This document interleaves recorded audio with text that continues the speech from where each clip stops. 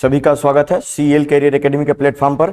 आइए आज हम 15वें दिन का जो है 5 मिनट ट्वेस्टी क्वेश्चन रिकॉर्ड करते हैं। बेहतरीन होगा, आपके एग्जाम में आएगा और ये बिल्कुल संभावित प्रश्न है परीक्षा के लिए। पहला प्रश्न है, बंगाल का कौन सा नवाब अपनी न्यायप्रियता हेतु प्रसिद्ध था? बंगाल का कौन सा नवाब अपनी न्यायप्रियता हेतु प्रसिद्ध था? इसका उत्तर हो जाएगा सुजाउद्दीन। सुजाउद्दीन ए बिल्कुल सही जवाब है। ए इज द राइट आंसर, ये इसका बिल्कुल सही जवाब है। दूसरा, जयपुर की स्थापना राजा जय सिंह द्वारा कब की गई? जयपुर की स्थापना जो है जय सिंह ने किया 1727 में। सी इसका बिल्कुल सही जवाब होगा, आप सी इसको पढ़ेंगे। अगला प्रश्न, बेसिन की संधि से किसको हानि हुई? बेसिन की संधि से मराठों की हानि हो गई थी। इसका उत्तर हो जाएगा D is the right answer. Gurmukhi लिपि का आविष्कार किससे माना जाता है? तो गुरुमुखी लिपि का आविष्कार किया गुरु अंगद देव ने। सिखों के दूसरे गुरु अंगद गुरुमुखी लिपि का आविष्कार किया। जाट जाति का अफलातून किसे कहा जाता है? तो जाट जाति का अफलातून राजा सूरजमल को कहा जाता है। राजा सूरजमल जाटों का प्लेटो भी कहते हैं। प्लासी का युद्ध निम्नलिखित में से किस नदी के तट पर हुआ? प्लासी का युद्ध, ये तो भागीरथी गंगा, इसमें से कोई भी कर लीजिए। भागीरथी गंगा नदी है ना, आप ये कह सकते हैं, या आप कहेंगे हुगली, तो इसका आप भागीरथी कर लीजिए, वैसे गंगा भी हो जाएगा, है ना। और हुगली गंगा की ही एक शाखा है ना। तो इस तरीके के प्रश्न ऑप्शन में दिए गए हैं। इस मुगल शासक ने मराठों को सर्वप्रथम उमरा वर्ग में शामिल किया? जहांगीर ने। किसने मराठों को उमरा वर्ग में शामिल किया? Jahangir is the right answer. Jahangir इसका बिल्कुल सही जवाब होगा।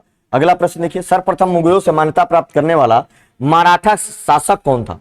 मुगलों से मान्यता प्राप्त करने वाला मराठा शासक, इसका नाम हो जाएगा Shahu. Shahu is the right answer. Shahu बिल्कुल सही जवाब होगा। ए,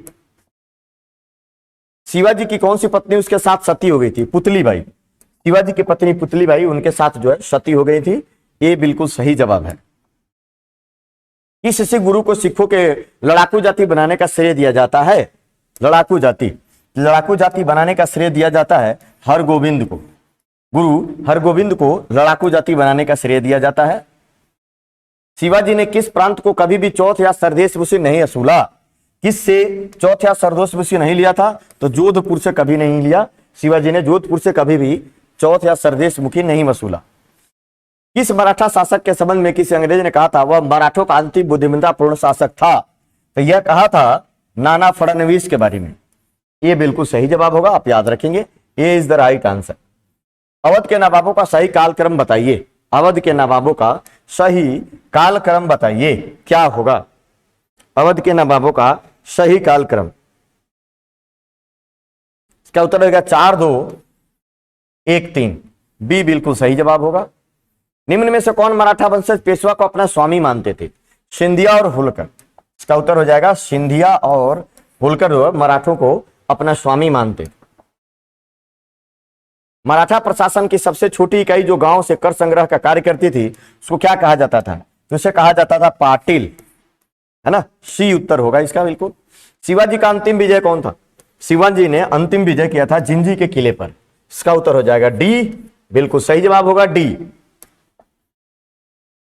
श्रीरंगपट्टम में स्वतंत्रता का वृक्ष किसने लगवाया? तो श्रीरंगपट्टम टीपू सुल्तान की राजधानी थी मैसूर में, और Tipu Sultan B is the right answer, Hyder Ali का पुत्र था।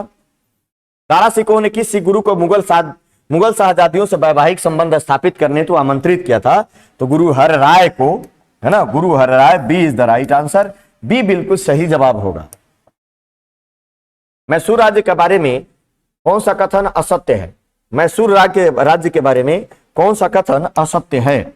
इसको आप पढ़ेंगे, पढ़ने के बाद आप बता सकते हैं। B is the right answer. B इसका बिल्कुल सही जवाब होगा। नीचे दिए गए मराठा पेशवा शासकों को उनके कालक्रम में व्यवस्थित करिए। उनके कालक्रम में व्यवस्थित करिए।